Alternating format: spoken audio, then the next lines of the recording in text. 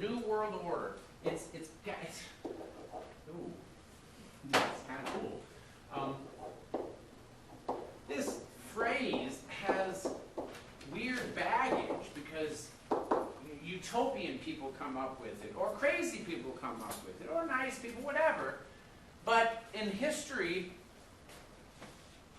what we usually say, because of the baggage, we just say this is a watershed event. And I think historians are a little bit wimpy when they do that. A watershed event. You know what a watershed is. If you're looking at your land, and here's your watershed, so if you go to the bathroom on this side, or if you go to the bathroom on that side, the drainage will go here, or the drainage will go here. Why do we need to know where the watershed is? Because if we build our house, where don't we want to be? Right? Downstream. Yeah, we don't want to be downstream. So watershed. So in history, we're using that kind of as a concept. Sometimes we think and it's not connected, but a watershed is in the roof of a shed, right? It's not what it's totally connected to, but you can visualize it, right? It's a peak. So at one point we were on this side, and on the other, it was a complete change. World War II was a watershed event for global politics. It was a watershed event for global politics. If you look at World War I, and you look at World War II, okay, and if we go back far enough, and it's not in the scope of this class, but if you had History 101, U.S. History 101, we could talk about the Napoleonic Wars, and I mentioned it to you guys. This is from basically 1793 to 1815. World War I is 1914 to 1918. World War II is 1939 to 1945. From American history, if you look at the Napoleonic Wars, we call this the War of 1812. And if you took my U.S. History 101, one of my essay questions is, explain to me why the War of 1812 is often referred to as the Second War of Independence. You don't need to answer that question, I'll tell it to you. It's because at this point, all the countries that had been involved with our independence now recognize that we were actually independent and we were never going to be their colony. In 1776 to 1783, we were fighting a war of independence, and we won this Revolutionary War. But that doesn't mean that people respected us as an independent country. It wasn't until this war that we get respected as an independent country.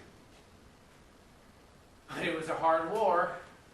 Remember, I mentioned the Battle of 1814, Battle of New Orleans, right? Happened 2 weeks after the war was over.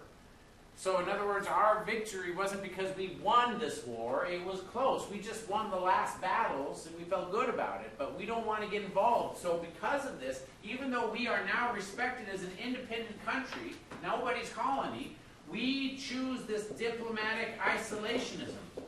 What happens after World War I?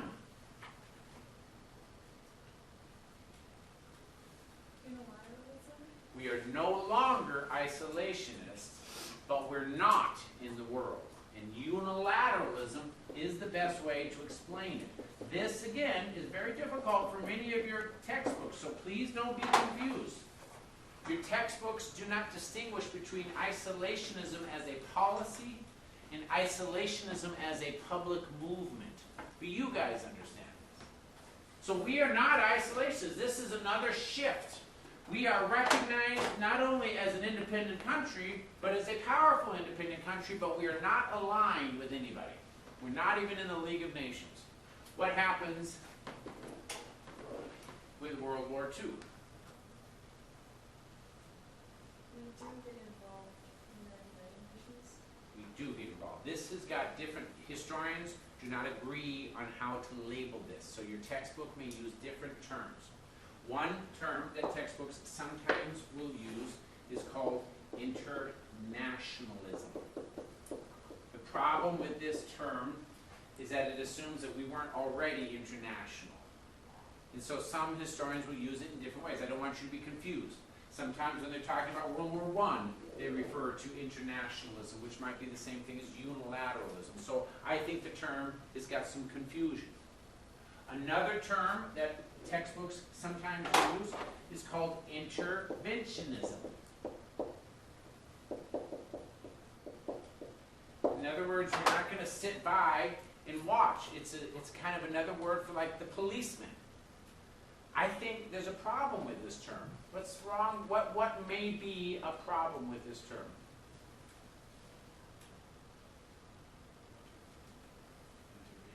Do we intervene for any particular reason? Do we always intervene? Only for global events. Really only for events that affect global stability. It might be economic global stability, it might be military or global, it might be strategic. Remember, the Archduke Franz Ferdinand was just a guy who was killed after Sarajevo, and yet it triggers World War I. So sometimes little events create big inventions. So interventionism is we intervene when necessary. But again, I don't particularly like the term. But it's probably the best we have, so I will accept it. And I think most historians sometimes will do that. It's hard to tell. Other historians don't buy this argument at all. There are other historians, and you need to be prepared to see this in your textbooks so that you can understand where Dr. Zorea fits in here. There are other historians that don't believe that anybody is ideological. They don't think any country has ever been ideological. Every country is pragmatic, including the U.S. But then again, these are the same guys that were talking about the Spanish-American War as a war of empires. And I explained why that's a difficult interpretation. Because if Americans' involvement in Spanish-American War is a war of empires, then why didn't we just jump right on the wagon for World War I? It doesn't make any sense. So I'm not a big fan of this. But you need to be aware that when you're reading your textbooks, a lot of them will argue that everything is pragmatic, including the United States. Again, I have difficulties with this. If the United States is being pragmatic, what did we get out of World War II? Well, you could argue that it protected itself from any threat of Hitler taking over the world and influencing the United States. True, but who also got that protection? England and France, even Western Germany, and Russia too. Russia for that matter. So why would we spend so much money for everybody else's benefit? Is there another argument? There is another. I'll tell you what it is. Go ahead and tell me. Like our textbook back in China tells us you have control over European countries, like you have big investment in them, and you have the right to decide which part, like some democratic policies of this country. Yes. This is a Marxist argument. And a Marxist argument believes that the whole world is divided between those who own and those who work. And if you have money, then even if it looks like you're doing things for good reasons, it's always in order to take over other people. But that's a Marxist argument. Marxist argument does not believe in ideology. It doesn't believe in natural law. It believes that it's always pragmatic. And so the wealthy guys are always getting advantage because they get more money. Now you can make that argument because the United States does have a powerful economy, but the United States had a powerful economy before World War I. My only questions that pop up when this comes up, and it comes up, a lot in your textbooks, what did we get out of the Marshall Plan? What did we get sometimes, and I'm going to make sure that you get this, sometimes people will portray the Cold War as the U.S. versus the Soviet Union. What's wrong with this view? What's wrong with it? There was never really any conflict. Well,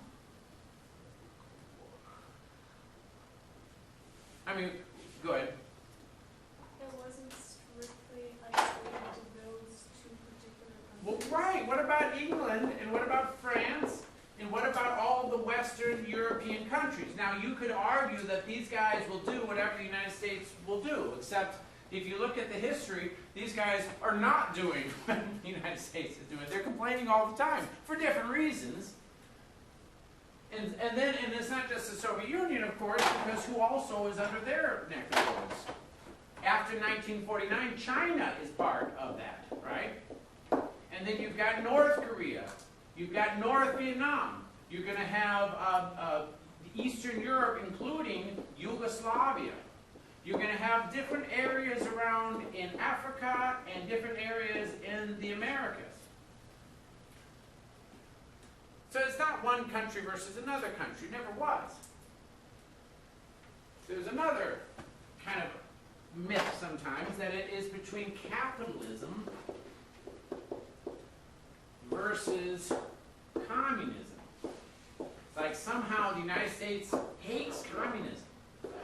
And frequently your textbooks will talk about anti-communism in the 1950s as if this is something like an explanation of it. I'll talk about that in a little bit, hopefully. But why is this, what's wrong with this argument?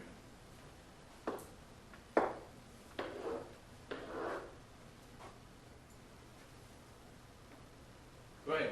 UK and France had conflict with the Soviet Union, but they became socialists. They became socialists. If we hate social, what's the difference between socialism and communism? I know that this is political science. You may not know this, but what's the difference between socialism and communism?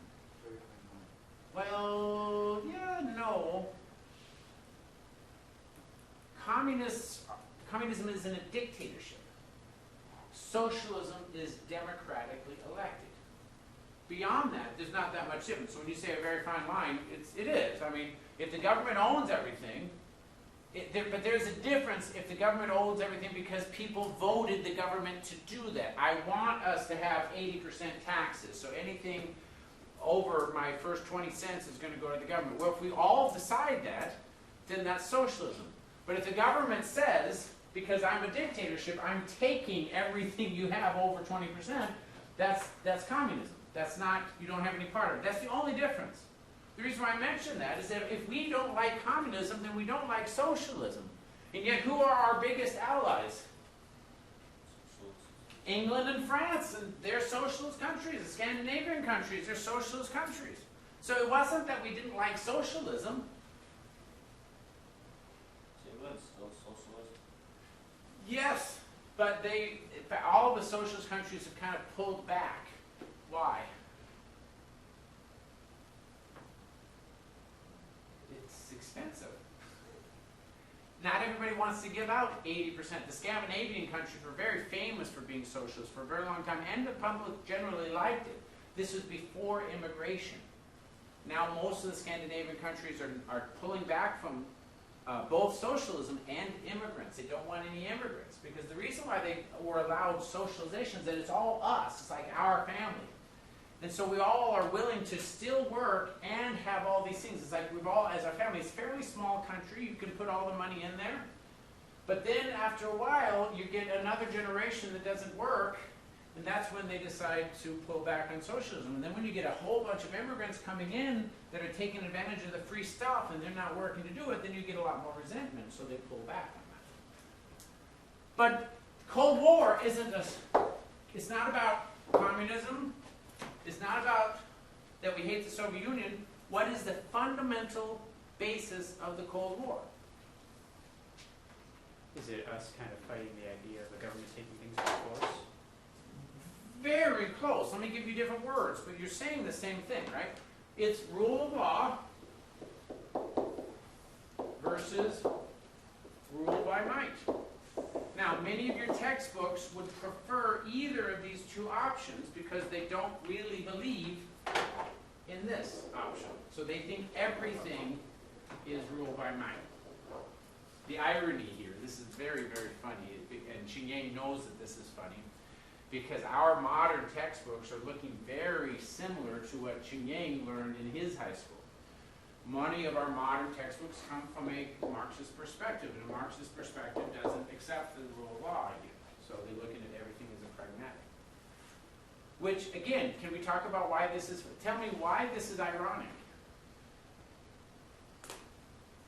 This is deeper stuff. I don't want to get too much into it, but you need to kind of have an aha moment because you guys are like freshmen, sophomores in college. So you're not high school kids. This is a deeper concept. Yang will answer this. Can I publish a book from my argument about the rule of law that explains what's happening in World War II and have Chinese high schools learn from it? I think it's impossible for them to learn from it, but as long as you don't undermine our party, the government, I think it can be published, but you can't let students Can't learn go it. into the students, right? So now this is where the irony is, right? Why do we allow Marxist textbooks to be used in our classrooms?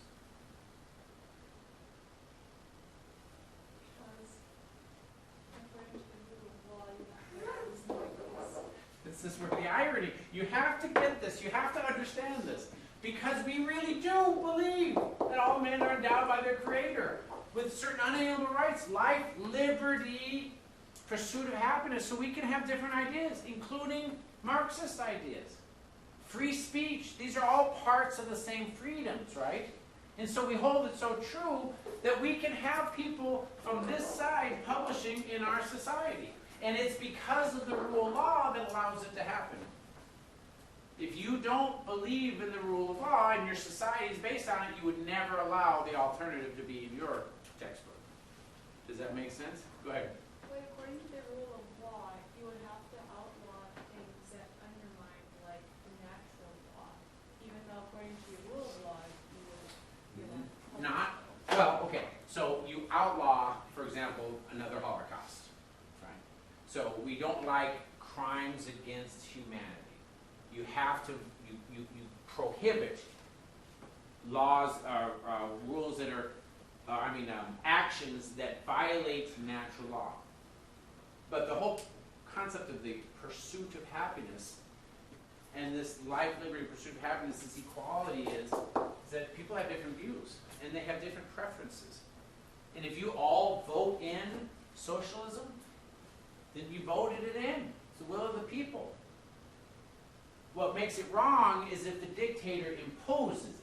That would be a violation of the natural law. But even then, in the grand scheme of things, does the West want to destroy the rule by might?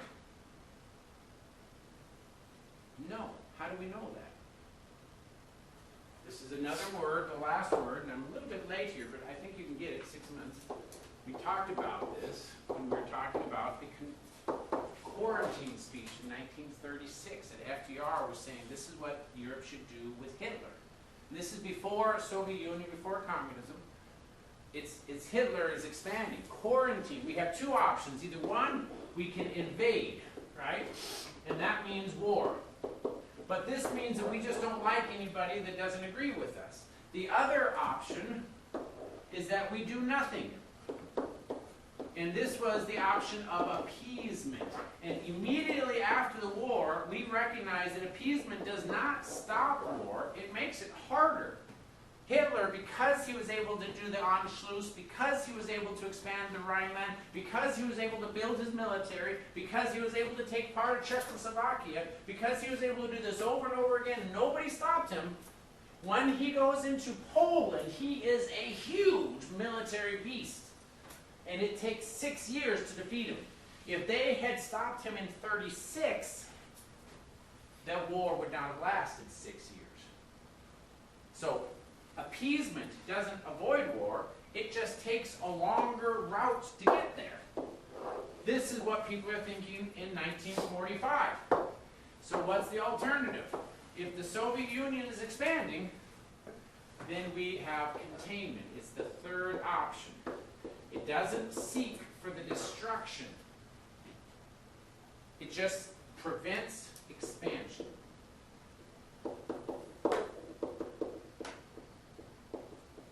So, specific details. 5 minutes, no problem.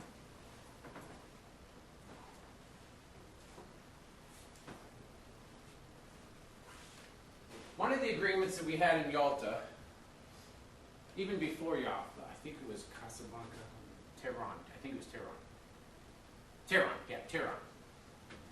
So, at the very beginning, January 1942, this is like a month after Pearl Harbor, December 41, January 42. They meet immediately and they say what their plan is. Now remember, we had 3 stages. The first plan is stop the bleeding.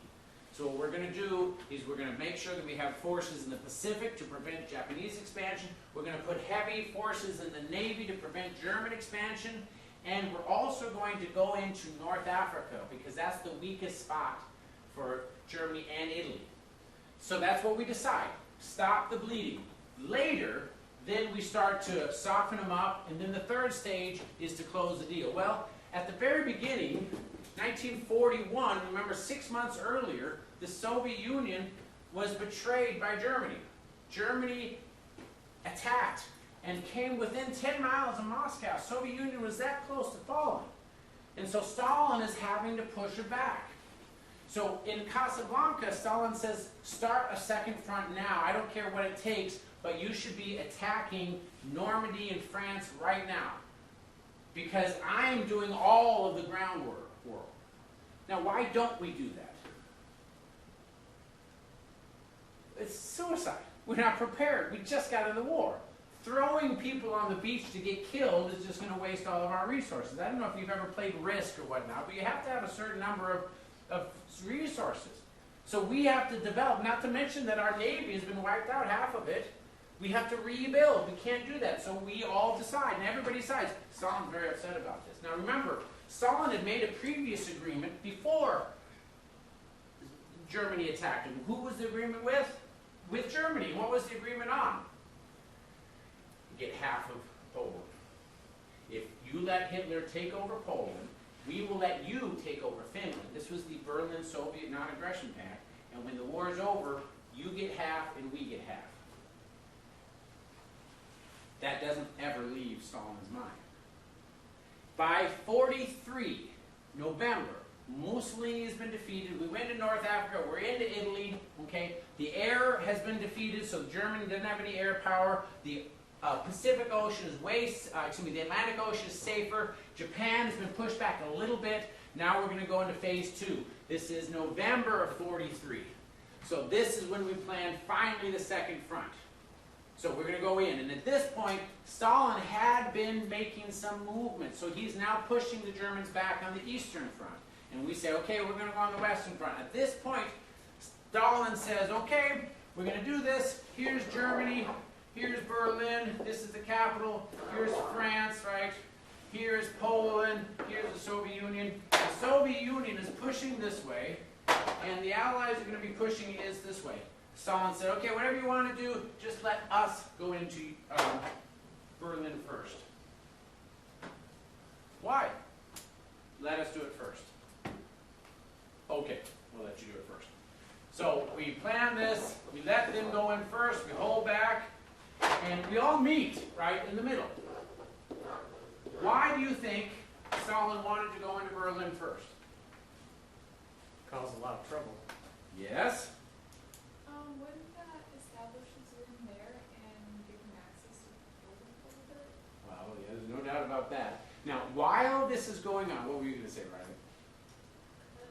So he has Berlin under control? Possession is 90% of the law. Possession is 90% of the law.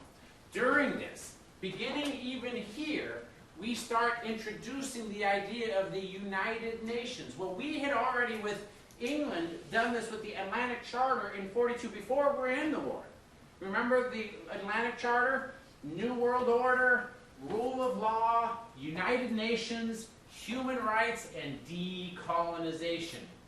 And England said, okay, no more colonies. France was also going to be okay with this.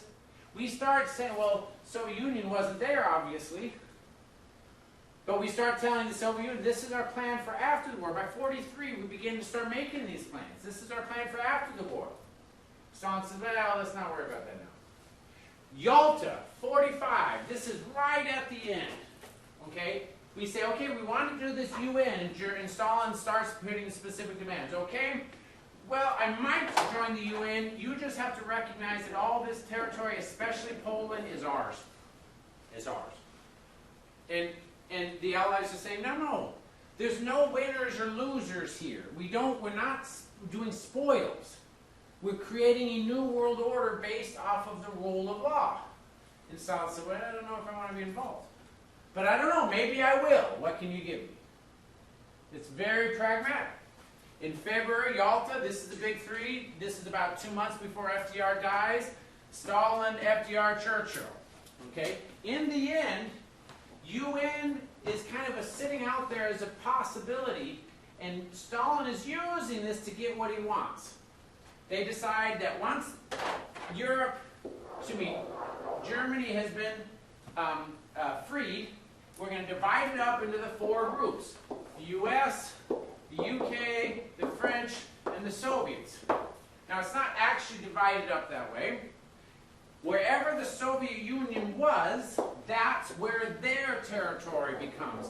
And the English and the French and the United States all work together because they're all democracies. So they immediately start having elections, organizing non-Nazi governments. And the Soviet Union says, yeah, we'll do that too. But they don't. And so from 45 to 47, everyone is eager to try, and I got about a minute, I'm 2 minutes over already, trying to get the Soviet Union to participate. The Soviet Union is kind of hedging, is not being really clear. Until 1947. In 1947, they make the statement, Berlin is in our territory, no one can go there. Germany had been divided into 4, and Berlin had been divided into 4. But just like the same area, the English and the French and the Americans all united their groups. Soviet Union did not. And so when Soviet Union says Berlin is ours, they actually put guards around this western part and said, nobody can go into this. It's going to starve. This is when the Allies have a choice. They can either do nothing, because if they do something, if they invade and take over, that could start World War III. But what if they do nothing? Soviet Union is going into Afghanistan, Soviet Union is going to Greece, Soviet Union is already in China, Soviet Union is in North Korea, Soviet Union is all over the world here. If we do nothing, we are telling them that you can do whatever you want to and we're really not going to stop you. That's appeasing. Does that stop war? No, it makes for a bigger war. So we don't want to do nothing, but we don't want World War III, we don't want to invade, so we do the third option, containment. And this is when we develop the concept of containment, and we do a Berlin airlift. The Berlin airlift means that we are going to fly planes over, and we are going to supply West Berlin. If the Soviet Union shoots our planes out, we'll fight. If they don't, we'll just let it be. We'll prevent them from expanding. That puts the ball in the Soviets' courts. What does the Soviet Union end up doing? Letting it be. And from that point on, this becomes the Iron Curtain. Soviet Union doesn't let anybody in and nobody out. And West Berlin is democratic, and it has just the pathway to go from the west in there. Otherwise, it's isolated. It's barbed wire for 20 years until 1961 when they build a wall, and that becomes what we refer to as the Berlin Wall. 1961, I think maybe actually 62. That is the origin of the Cold War, because at that point,